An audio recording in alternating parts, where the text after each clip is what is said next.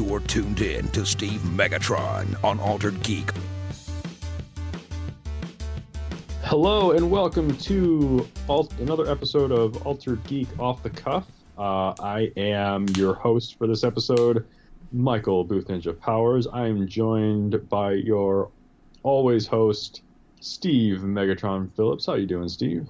Good.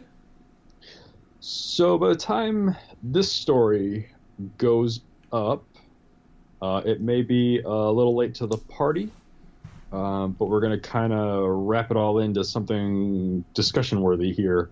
Marvel just actually, was it a leak or is it an official shot? I think it was a leak. I don't think it was an official shot. Okay, so the first, beating around the bush here, the first photo of Brie Larson from Captain Marvel showed up online with her in costume, or I'll say in a costume, and I don't know. It's kind of more along the lines of what I expected to see. I don't know a whole lot about Captain Marvel.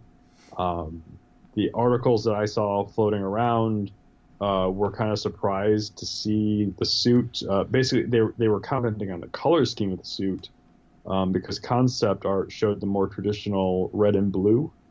And this one is gold. more of that. It's like a lime green or like a turquoise green, silver, and black. Yeah. And so they're kind of thrown off by that, but having not read the first article I saw on it and just skimming right to the picture, I immediately knew what was going on. It's Kree armor. It's a Kree suit. At least that's how I interpreted it when I first saw it. And then of course you read the article and people are thrown off by the color scheme. They're theorizing as to why it's this way and as opposed to the other way. I haven't seen too many negative reactions to it. I've seen a lot of people going, "What the blah blah blah," and just kind of losing it. But from what I've gathered, because again, I don't know much about the character either. But they're saying that the teal appearance seems to be like a suit worn by Marvel. Yeah, Marvel, a Kree alien superhero from the Ultimate, and I'm thinking that this may be like when she first dons the suit, because like the hairdo, somebody even noticed that it was like 90s, like, and then compared it to a picture of Friends, like the haircut is like a 90s thing. We already know it's a period piece. It's set in the 90s. Yeah, so I'm thinking by the end of it, she'll end up with the other color suit. Absolutely, and then not only will she end up with it, we'll also know probably what happened to her, like why we haven't seen her in anything, like given that she's like the precursor to Iron Man, like she's after Captain America but before Iron Man. So so the craziest headline I saw here, it was on Slash Film. I don't know if other headlines covered it as well. But when it comes to me, just a little aside here, when it comes to me and movie news, like if it's not on Slash Film, I don't really care for movie news. Like I don't like I'll read something, like I'll read one of like the crazy headlines you see on like Facebook or or a spam article on Twitter. Like I'll see the headline and then I'll immediately head to Slash Film to see if they've covered it in any capacity. And it's like if they haven't covered it, then your news is clickbait. Well, like Movie Pilot, they're pretty much clickbait like every time. Right. Right. So it's I kind of go to Screen Rant a lot of the time. That's kind of, it's not that I have anything against Slash Film. I've checked them too. It's just whoever I happen to click on first. And so usually it's Screen Rant. And they didn't have any clickbait title. It just says Captain Marvel, Brie Larson dons a costume and new set photos, and then that's it. Like, and then just kind of describes it. Yeah, but I was just talking about just like clickbait in general. You know, like if I see something and if I go, my second source, if you will, is always Slash Film. So their headline, basically said that it looks like a suit from Power Rangers. which is a reverse of like the headline we got when the suits for Power Rangers were actually revealed, because websites were saying that the suits in Power Rangers look like the suits from Iron Man. It's like you don't get to, you know, like, oh, the Power Rangers are now all Iron Man, and now it's back to, oh, this suit looks like a Power Rangers outfit. Like, See, I don't get that just looking at the picture. Like, I see, our typical modern day superhero thing. Now, granted, in this photo, without the special effects or anything else, it looks like right. something from the CW, but it's still a superhero costume. You know, it is, and it's I don't know what people really. I don't know if it's so much like. What's really interesting would be the breakdown. Is it comic book fans that are set back by it, or is it like the like just the general movie going populace that doesn't follow comics? Well, this You is know kind what of I'm an saying? interesting concept that you bring up because, for instance, I'm more of a DC fan of comics in its entirety and every medium. And then when it comes to the Marvel universe, I have the exposure to the animated stuff as a kid. But as far as these characters in modern day, my main exposure has been the films. And so I don't have any of the canon or the nostalgia baggage of how they should look or the vibes of any of them because I didn't have that much exposure with them to begin with. So I'm pretty much good to go with however any of it turns out on film. Whereas DC, if it doesn't meet my expectations of how certain characters should look, act, or behave, or just how the visuals are, it throws me for a loop. Like, so I mean, I kind of think that it might be that. I think if you weren't exposed to it younger or exposed to it you might not have the same issues that somebody that read these comics or kind of had this predisposition of headcanon of what things should be. Yeah, I don't know. I'm kind of the opposite of you in certain ways. So like I don't I cannot stand DC comics. Cannot. Well, I've gone on record with this before. My what I know of DC comes from primarily from their movies, and more importantly, their animated stuff. Well, their Bruce Timm stuff, their animated stuff from the DC animated universe is probably the most golden, crystal clear, cut and dry, like best writing that we've ever gotten out of the entire DC universe. Right. Anything else outside of that is a total disaster and mess. It's like when I see a DC film, I more or less think of does this live action DC movie live up in some way to what I believe a live action Justice League episode would be, right? When it comes to, I love Marvel comics. More importantly, I love the X-Men comics. I was never an Avengers fan. Yep. But like through each Marvel movie that's been released, at what point you always hear, and I'm guilty of this too. I'm sure a lot of people are guilty of this, but you always hear that's not how it was in the comics. Yep. Like, at what point do you actually get to, do you wise up and sit back and go, these aren't going to be like the comics anymore? Like, that's not like, you know what I'm saying? Like, everyone expects, like, okay, so they do have the freedom of choosing from certain storylines from the comics, but it doesn't necessarily mean they're going to follow it to the T. Right, exactly. And that's what I'm saying. Like, for me, I think hoping that the Marvel movies were going to be anything like their comic counterparts, like, went out the window with Phase 2. Like, the minute we got post Avengers, like, at that point it was like, okay, going forward, like, and more importantly, it was Age of Ultron. Like, at that point they were just grabbing names from major comic book events and using them as movie titles, and the theme of the movie like had little to do with, well, maybe the theme did, but the plot had nothing to do with what the comic book was about. Yeah. Right. So like I just like you, I don't expect these to be any certain way. Like I don't want to see. It's kind of like this. It's kind of like the joke of how many different times can we see Uncle Ben die, or how many different times can we see like Bruce Wayne's parents get murdered. Like at a certain point, you have to evolve beyond that stuff. Like who wants to see that every time Nobody you retell something? Well, You know, like for one, those are two of the most iconic superheroes. Everybody knows their origin.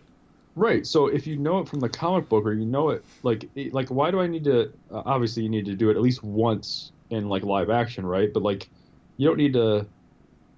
You don't need to tell the same stories. It's kind of the same. It's kind of the thing I have with.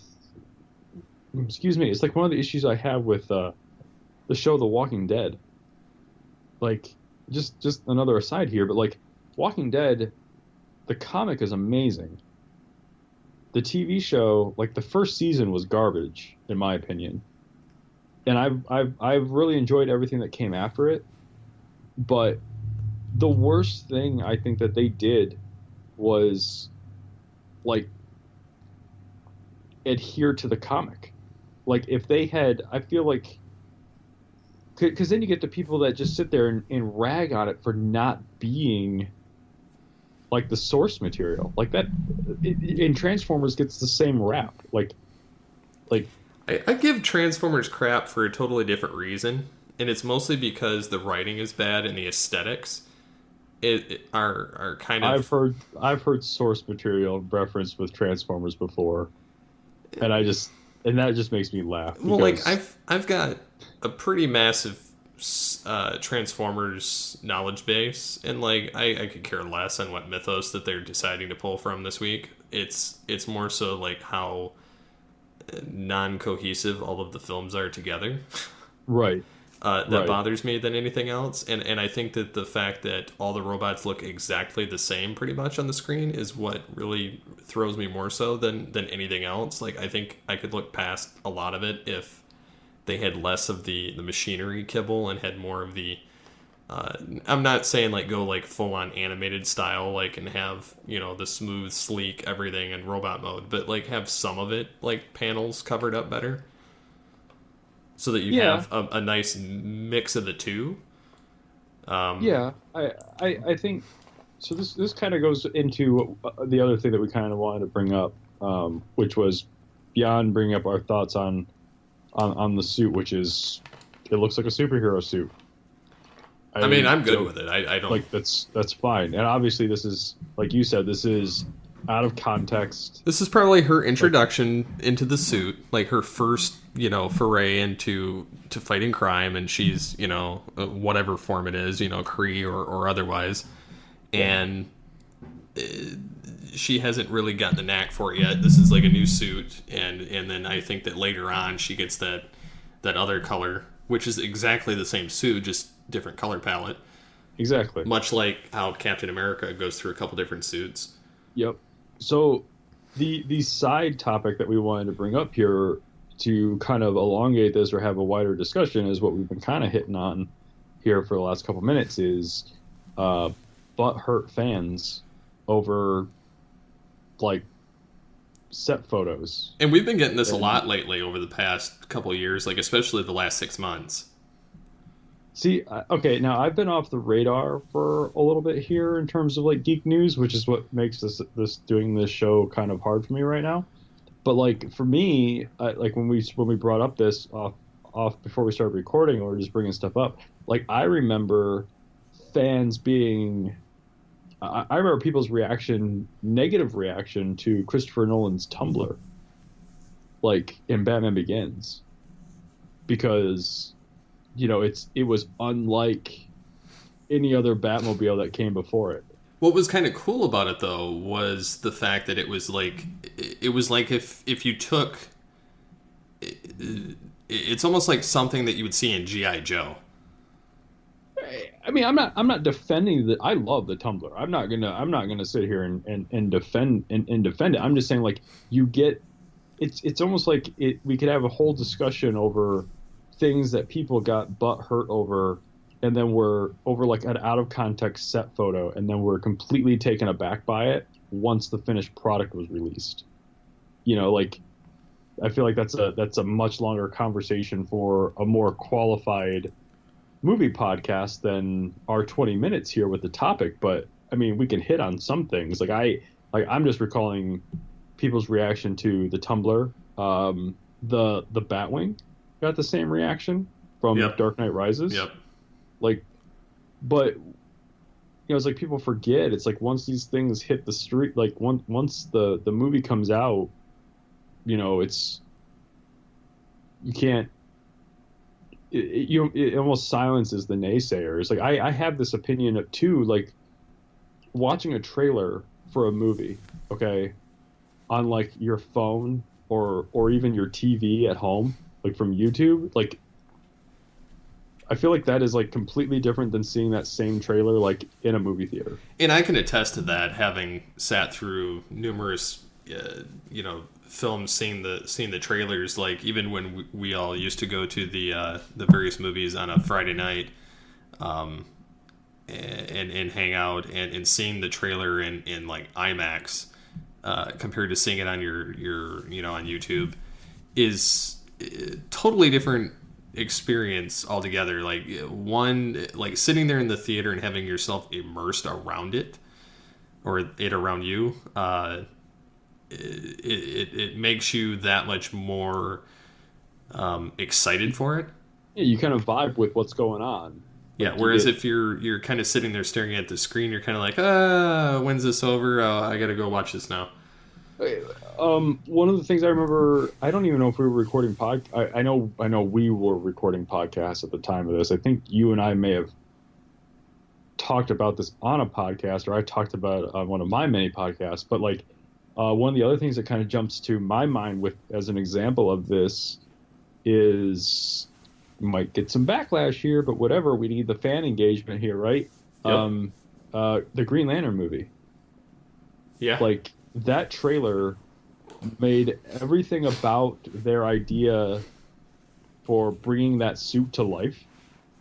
Like the trailer made it look like garbage. Yep. But it didn't. To me, it didn't look that garbage look in the trailer did not carry over to the finished product. No, actually, the film looked pretty decent, like as a whole. Yeah. I mean, it wasn't a good film, No, not talking about that. I'm not. But aesthetically, there was a physical difference, and that kind of makes me think of like the Star Trek Discovery trailer.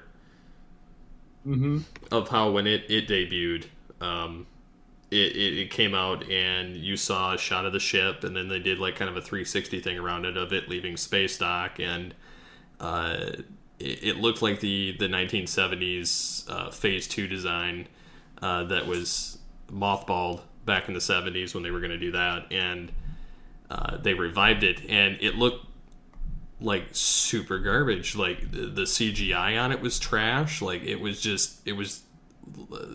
test footage that had been released way too early, and I was one of the biggest haters on it because I knew where it came from, and the CG on it, I'm like, if this is all that they've got to show for this show, it's doomed. And so I was sitting there kind of just dogging it. I mean, the writing's not that solid, but the aesthetics on it, because you have the financial backing of Netflix and CBS, which I don't think that they had the backing of Netflix prior, but the final product of it looks infinitely better. Yeah, it's like I just don't understand. I've never understood it.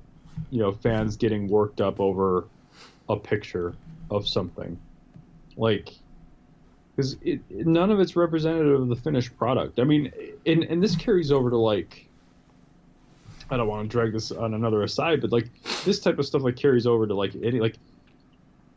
My wife and I are looking at cars right now. Okay, this is just completely different, but kind of similar in my head right now, right? We're looking at cars, and we're looking online first, right? So we're going to the Chevy website, and we're doing the build a car thing. Yep, I've done that. Yeah, you get the 3D thing of it, but that image that they're showing on the computer is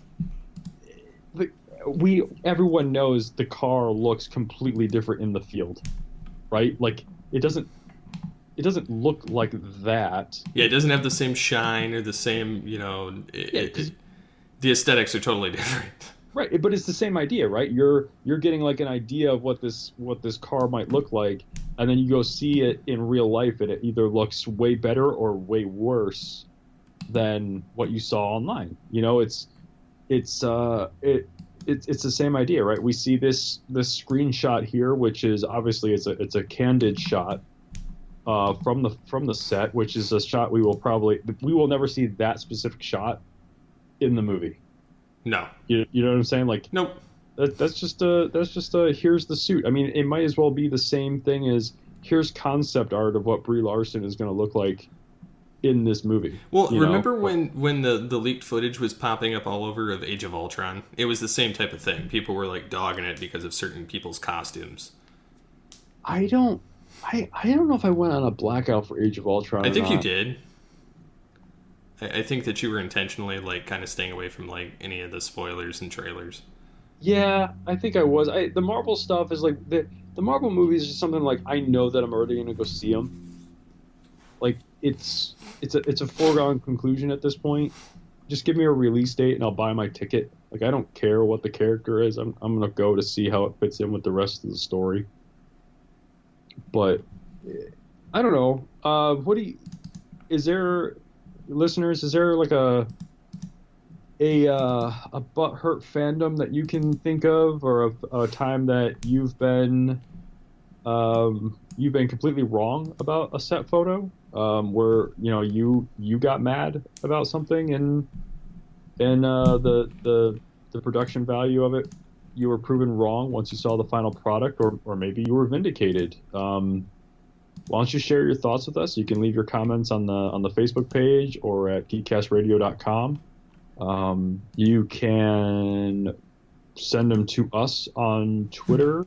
Do we not want to use the hashtag that I made up? No, we can use it. I don't care. Hashtag altered butthurt. Yep, altered butthurt. Yep, you hit her here first. So yeah, you can add us on Twitter. I am at Booth Ninja 81, and you, Steve? At SCP-21. So until next time, get altered, get geeky with the Altered Geeks.